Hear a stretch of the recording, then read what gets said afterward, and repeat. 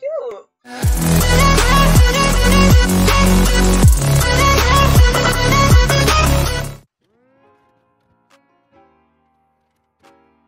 Hey guys, welcome back to Blunt Reads. It's your girl Queen Nefertahri.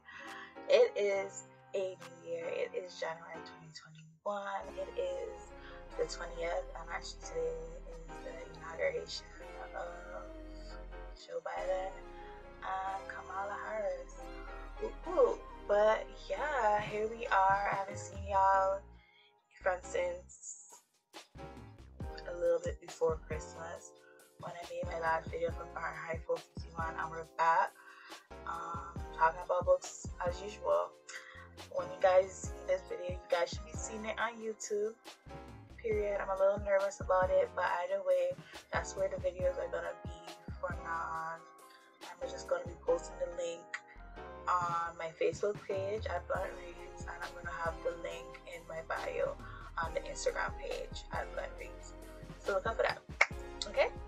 So I declared January as Mystery Month.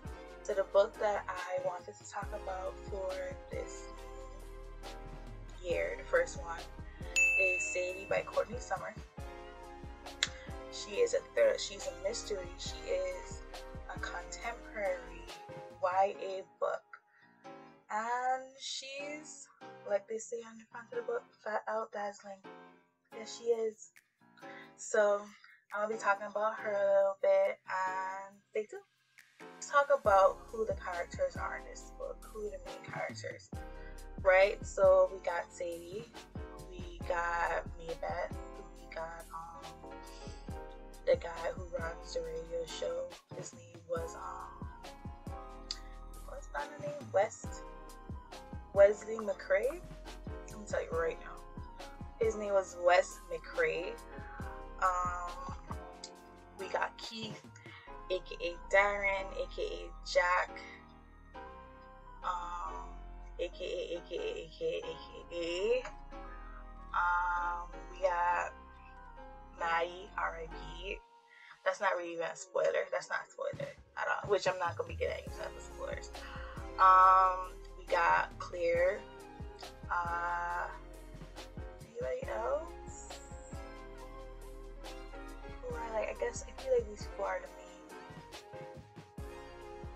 I guess they're the main. Yeah, they're the main characters. I mean, you have other characters, side characters like Marnie or Marley. I'll put it right under there. We got Caddy. We have that stinking lady from the restaurant, Ruby. We got them kids from Montgomery, Marley's niece, Noah and Kendall and her brother. We know he was sus from the jump. Silas, Baker. Then we got that runaway girl, Kat. She turned out so bad for me. Like, I mean, I understand her point of view, but at the same time, I'm kind of like, I don't know. We'll get into it. Those are all the characters, not all the characters, but those are the characters that stood out for me in this book so far. So yeah, those are the characters. Let's talk about what is the book about. So I'm gonna read to you what's on the back of the book, and I'm gonna just talk about it, because I don't really want to give away too much. You should read the book for yourself. It's not that long. This book, honestly, it has a little bit over 300 pages, but if it was written in a smaller font, it would probably be shorter. So look at it. It's really nothing. It's really nothing. So yeah, it's really not that long. So this book is about the back. When popular radio personality Wes McCrae receives a desperate phone call from a stranger imploring him to find 19-year-old runaway SADIE Hunter, he's not convinced there's a story there. Girls go missing all the time, but when it's revealed that SADIE fled home after the brutal murder of her little sister, Mattie, Wes travels to the small town of Coal Creek, Colorado to uncover what happened. Sadie has no idea that her journey to adventurous sister will soon become the subject of a blockbuster podcast. Armed with a switchblade, Sadie follows Jaeger clues, hoping they lead to the man who took Mattie's life. Because she's determined to make him pay with his own, but as Wes traces her path to the darkest, most dangerous corners of big cities and small towns, a deeply unsettling mystery begins to unfold, one that's bigger than them both. Can he find Sadie before it's too late? Alternating between Sadie's unflinching voice as she hunts the killer and the podcast transcripts, tracking the clues she's left behind, Sadie is a breathless thriller about the lengths we go to protect the ones we love and the high price we pay when we can't. It will haunt you long after you reach the final page. That's Sadie right there. That's Sadie, girl. This is the book Sadie. I'm actually, I feel like we kind of twin it, right? We kind of twin it, right? Yeah. I mean, I'm going with like a little baby boom type of thing going on, and she has like this very blood red thing going on. I feel like we matching, right? Take a picture. Be cute. But yeah, Sadie, to go a little bit more deeper and give a little bit more, full-on summary about what happened in the book. So, okay, Sadie, like the summary of the book said, she's 19 years old and her sister was like younger. She was 6 years younger. Yeah, she was 13, or was she 13 when she died? Yeah, I think she was 5 or 6 years younger than Sadie. Mattie and their mom was drug addict, and they live in a town where you don't come to live in Cold Creek. You either grew up and then you try to get away, or you're stuck in Cold Creek, Colorado. That's where you're from. Like, it's not like some big tourist attraction place in America. Like, no, it's like this crap town. Sounds slightly rural. Everybody's trying to survive off of what they have. It doesn't seem like to have like a good economic system going on in a town where money is being brought in to help the town rebuild itself. Like, nothing at all. Like, nothing is going good in that town anyway. So everybody, like I said, just unsurvivable. Just like her family. And her mom did not like her, but she loved her little sister. But her little sister never understood who her mom really is because of Maybeth. Maybeth was a family friend. She was friends with their grandmother, and her grandmother asked Maybeth to look out for her grandchildren after she passed away because Claire's a crackhead and she's kind of crazy. And she had Sadie when she was 19 years old, and then 6 years later, she had Mattie, right? Claire's one of those dysfunctional, toxic parents. She's a crack addict. Well, not crack addict, I think it was heroin. They do. But she's a drug addict. Maybe she's doing heroin. But, yeah, she does those drugs, and she brings a lot of men into their home. Like, she's a user. Like, when you read the story, you're like, dang, like, she finesses men, to get their money, to buy her drugs until they all run up dry, and then she would cast them aside. And that was the life that they lived with their mother in a trailer home in Cold Creek, Colorado. Like I said before, Mattie didn't really know. Like, I guess she knew, but her sister used to kind of downplay it, which she wasn't wrong. She always used to tell Mattie that her mom was sick, that her addiction was sick. She didn't really say that. She just said she was sick, and that's why she's taking all these, drugs, and why, that's how the way she was, instead of like fully telling her the truth. So while Sadie's there hating, not hating, but she kind of did not like her mom. Mattie was in love with her mom, and then her mom ended up leaving them at 13 years old. When Sadie was 13 years old, and she had to take care of Mattie, and then a couple years later,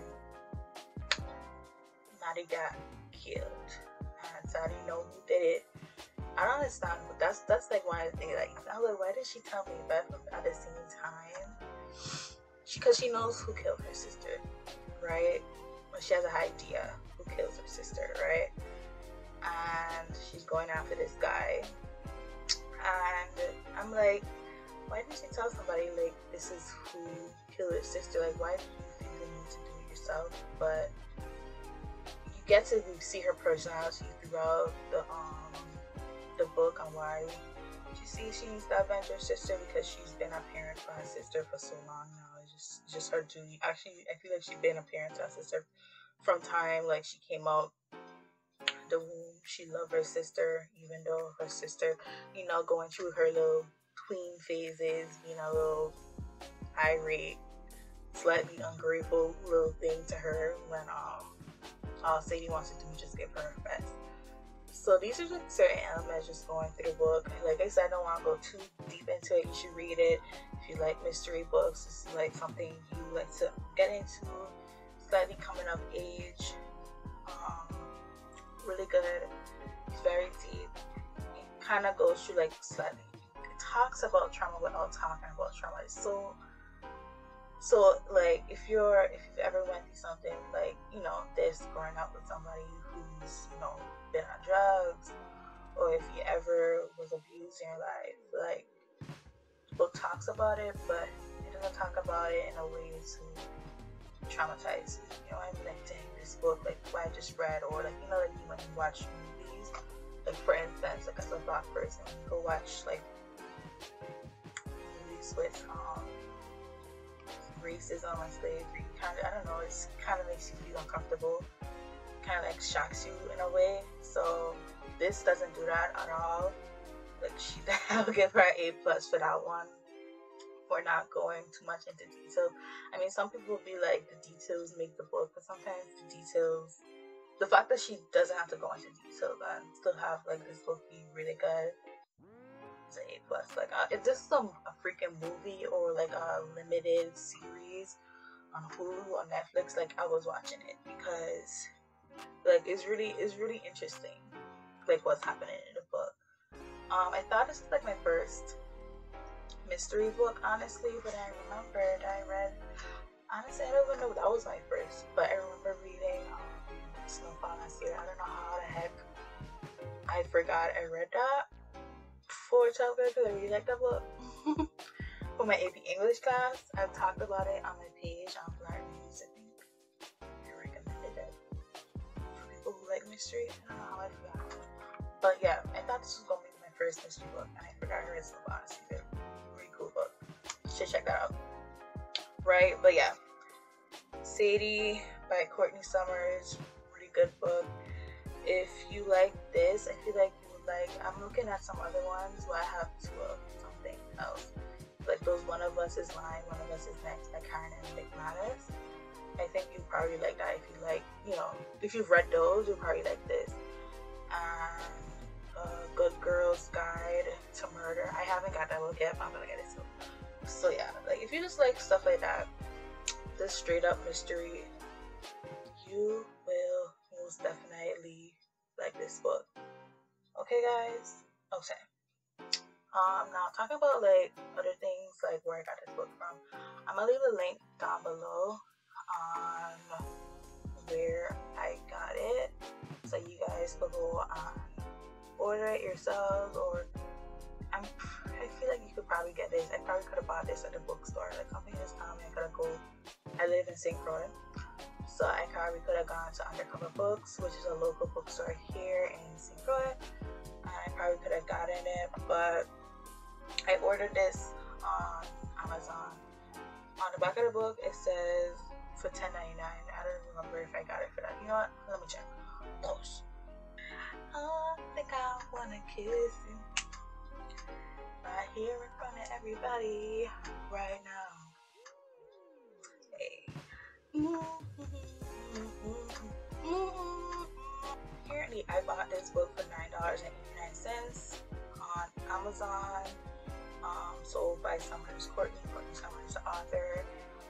And I got it for $9.89. I bought it with like the order is Sadie and House of Earth and Blood, Crescent City by Sarah J. Maas. So those two books combined plus shipping came up to $33.86. The shipping was $6.98. So do the quick math and you figure out how much House of Earth and Blood is. Okay, do the quick math. The quick math. Okay, do the quick math. I'm not gonna do it for you. Okay. Alright, so that's how much I spent on Darling Sadie here. Other information. Like I said, if you have a little bookstore that you like to look at, or that you like supporting, go check those out, because this book is not, it didn't just come out last year, it came out in 2018. I personally give this book a flat 4 bookmarks out of 5 bookmarks. I thought that was cute to do that, right? That same stars, I say bookmarks. But yeah, I give this 4 bookmarks out of 5. And the ratings seem to be doing that as well. It has 4.11 stars on Goodreads. It's been rated 70,000 times. I reviewed 14,000 times. So yeah, I really like this book. Like, it was really cool. It might be slow. It might be very sad. You know what I mean? It's not really uplifting at all. It doesn't really have many funny moments. It might have moments where you're full of understanding. Yeah, I get that. You know what I mean? But girl, you gotta live your life. Oh my God, why? But you're not gonna be outright. There's no way you're gonna be outright, not outright happy. There was probably one time that I was like, okay, girl. And that was the dancing part in the bar with Avi,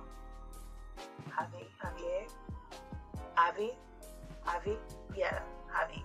You right? You read the book, you find out who that character is. Okay? So yeah.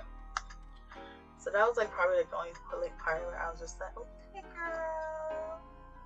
Okay, you do that. Okay, moments with Katu. I mentioned that side character earlier, but she kind of killed it for me when she was trying to play it downplay Sadie for some a person who literally just helped her out the center. I'm not against it, because I don't want to spoil it for y'all. So y'all was going, okay, but I just thought she was trifling. I was like, you're trifling and you fake. This way to make it hard for people to help us. Because why you have to go on with all that? And look at where she at now. Right? Look at where she at. Anyways, but yeah. Sadie, crazy. Tell me if you've read this book, Sadie, if you like this book, what you think about it. If you were Sadie, what you've done, what Sadie have done, what would you have done in her if you was in her shoes. Honestly, I don't know. I have an older sister.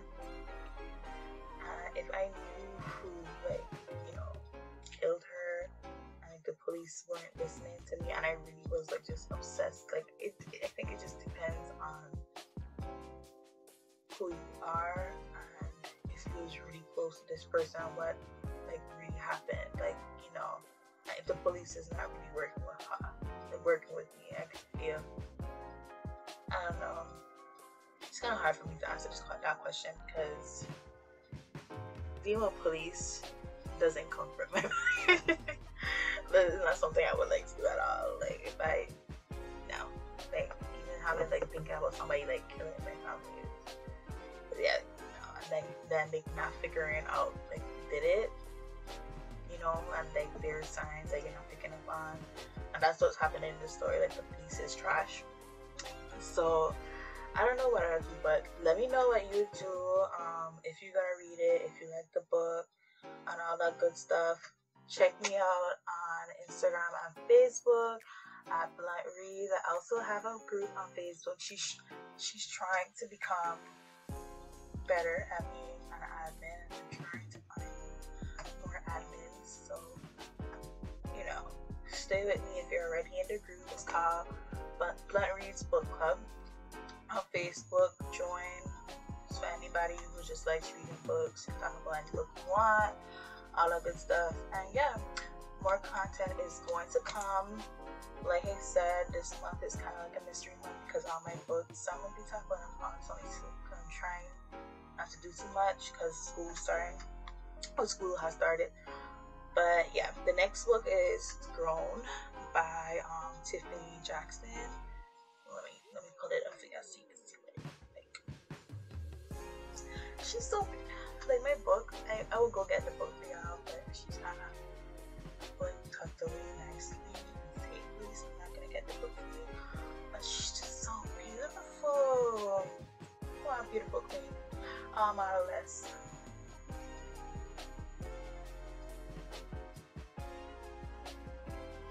Right? You wouldn't think this is a mystery book or a thriller book. It's also a contemporary book as well. YA book. You guys in the next one. Have a good one. Enjoy your inauguration day. And love, peace, and happiness, child. That's all we could ask for in this January 2021. Also, abundance of growth financially. Okay. Because your girl broke. She's broke. I'm trying. Okay? Okay.